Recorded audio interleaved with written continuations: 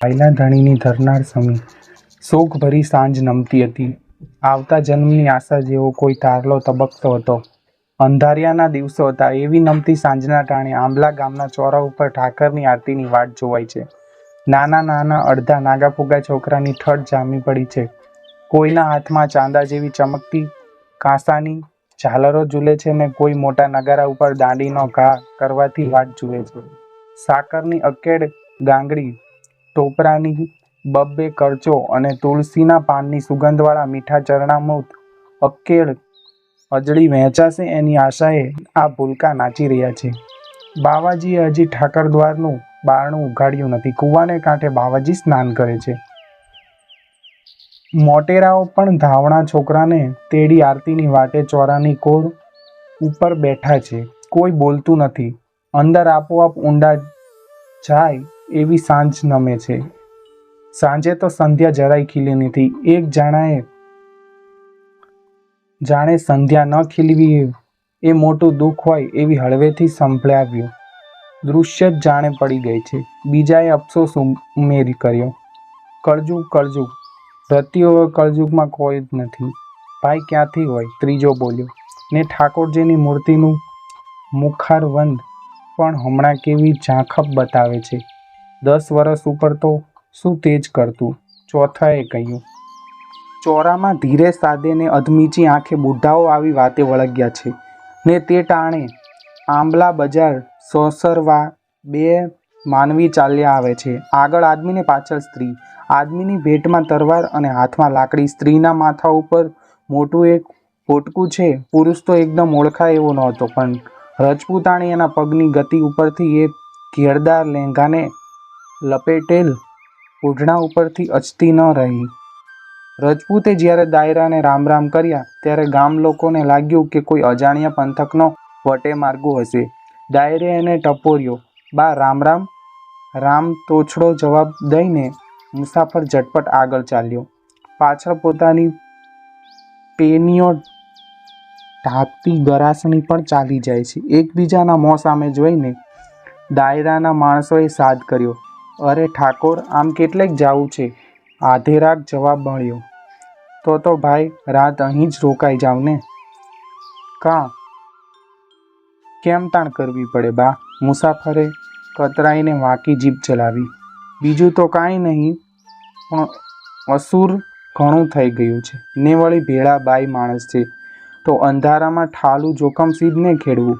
વળી અહીં ભાણે ખપતી વાત છે. સૌ બાઈઓ છે માટે રોકાઈ જાવ ભા. મુસાફરે જવાબ દીધો. બાવડાનું બળ માપીને જ મુસાફરી કરું છું ઠાકોરો. મરદોને વળી અસુર કેવા? હજી તો કોઈ વળિયો દેખાયો નથી. તાણા મારનાર ગામ લોકોના મોં ઝંખવાણા પડી ગયા. કોઈએ કહ્યું કે ઠીક, મરવા દ્યો એને. રાજપૂત ને રાજપૂતાણી ચાલી નીકળ્યા. વગડા વચ્ચે ચાલ્યા જાય તે દિવસ આથમી ગયો છે. આઘે આગેથી ઠાકરની આરતીના રણકારા સંભળાય છે. ભૂતવાળો નાચવા નીકળી ગયો હોય એમ દૂરના ગામડાના ઝૂંડમાં દીવા દબકતા લાગ્યા. અંધારે જાણે કંઈક દેખાતા હોય. વાચા વાપરીને એક દીઠેલાની વાત સમજાવવા માટે મથતા હોય એમ પાદરના કૂતરા ભસી રહ્યા છે. મુસાફરોએ ઓચિંતા પછવાડે ઘૂઘરાના અવાજ સંભળાયા. બાઈ પાછળ નજર કરે ત્યાં સણોસરાનો હલકારો ખંભે ટપાલની થેલી મૂકી હાથમાં ઘૂઘરાળું ભાલું લઈને અડબૂથ જેવો ચાલ્યો આવે છે. કેડમાં નવી સજાયેલી ફાટેલા મ્યાનવાળી તરવાર ટીંગાય છે. દુનિયાના શુભ અશુભનો પોટલો માથે ઉપાડીને જટો હલકારો ચાલી નીકળ્યો. કેટલાય પરદેશ ગયેલા દીકરાની ડોશીઓ અને કેટલાય દરિયો ખેડતા ધણી ધણિયાણીઓ મહિને 6 મહિને કાગળના કટકાની વાટ જોતી જગતી હશે એવી સમજણથી નહીં, પણ મોડું થશે તો પગાર કપાશે એવી બીકથી જટો હલકારો દોડતો જાય છે. ભાલાના ઘૂઘરા એની અંધારી એકાંતનો ભેરુબંધ બન્યો છે. જોત જોતામાં જટો પછવાડે ચાલતી રાજપૂતીના લગોબગ થઈ ગયો. 2 જણાએ પૂછપરછ થઈ. બાઈનું પિયર સણોસરામાં હતું એટલે જટાને સણોસરાથી આવતો જોઈને માવતરના સમાચાર પૂછવા લાગી. પિયરને ગામથી આવનારો અજાણ્યો પુરુષ પણ સ્ત્રી જાતને મન સગા ભાઈ જેવો લાગે છે. વાત કરતાં કરતાં 2 જણા સાથે ચાલવા લાગ્યા. રજપૂત થોડા કદમ આગળ ચાલ્યો હતો. રાજપૂતાણીએ જરા છેટી પડેલી જોઈને એણે પાછળ જોયું. પરપુરુષ સાથે વાત કરતી સ્ત્રીને 2-4 આકરા વેણ કહી ધમકાવી નાખી. બાઈએ કહ્યું, મારા પિયરનો હલકારો છે, મારો ભાઈ છે. હવે ભાળ્યો તારો ભાઈ, છાની માની ચાલી આવ. અને મહારાજ તમે પણ જરા માણસ ઓળખતા જાઓ, એમ કહી રજપૂતે જટાને તડકાવ્યો. ભલે બાપા, એમ કરીને જટાએ પોતાનો વેગ ધીમો પડ્યો. એક ખેતરવાળું છેડું રાખીને જટો ચાલવા લાગ્યો. જ્યાં રાજપૂતે જોડેલું આધેરાક નહેરમાં ઉતરે છે ત્યાં તો એક સામટા 12 જણાએ પડકારો કર્યો કે ખબરદાર, તરવાર નાખી દેજો. રાજપૂતના મોંમાંથી 2-4 ગાળો નીકળી ગઈ, પણ મ્યાનમાંથી તલવાર નીકળી શકી નહીં. વાટ જોઈને બેઠેલા આંબલા ગામના કોળીઓએ આવીને એને રાંઢવાથી બાંધીને દૂર ગબડાવી દીધો. એ બાઈ ઘરેણા ઉતારવા માંડ. લૂંટારાએ બાઈને કહ્યું. અનાથ રાજપૂતાણાઈએ અંગ ઉપરથી એક દાગીનો કાઢવાનું શરૂ કર્યું. એના હાથ, પગ, છાતી વગેરે અંગો ઉઘાડા પડવા લાગ્યા. એની ઘાટીલી નમણી કાયાને કોળીઓની આંખોમાં કામના ભડકા જગાવ્યા. જુવાન કોળીઓએ પહેલાં તો જીભની મસ્કરી શરૂ કરી. બાઈ શાંત રહી, પણ જ્યારે કોળીઓ એના અંગને ચાળો કરવા નજીક આવવા લાગ્યા ત્યારે ઝેરીલી નાગર જેમ ફૂફાડો મારીને રાજપૂતાણાએ ખડી થઈ ગઈ.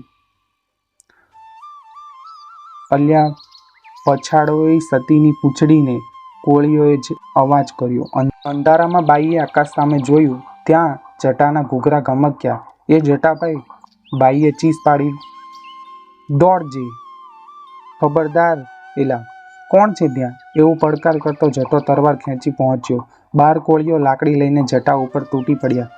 જટે તલવાર ચલાવી 7 કોળીના પ્રાણ લીધા. પોતાને માથે લાકડીઓના મેં વરસે છે, પણ જટાને એ ઘડીએ પણ ઘા કળાયા નહીં.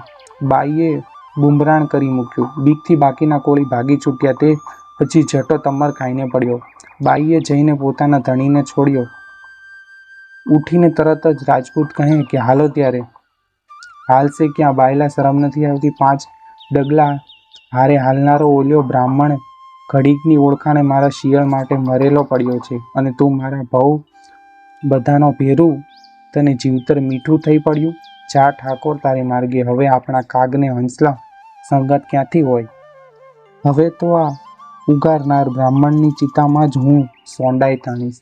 તારા જેવી ક્યાંક મળી રહેશે, એમ કહીને ધણી ચાલી નીકળ્યો. જટાના શબને ખોળામાં મૂકી રાજપૂતાની પરોડિયા સુધી અંધારામાં ભયંકર વગડે બેઠી રહી. પ્રભાતે આજુબાજુના લાકડા વીણી લાવીને ચિતા ખડકી. શબને ખોળામાં લઈને પોતે ચડી બેઠી. ઘા પ્રગટાવ્યો. બંને જણા બળીને ખાક થઈ ગયા.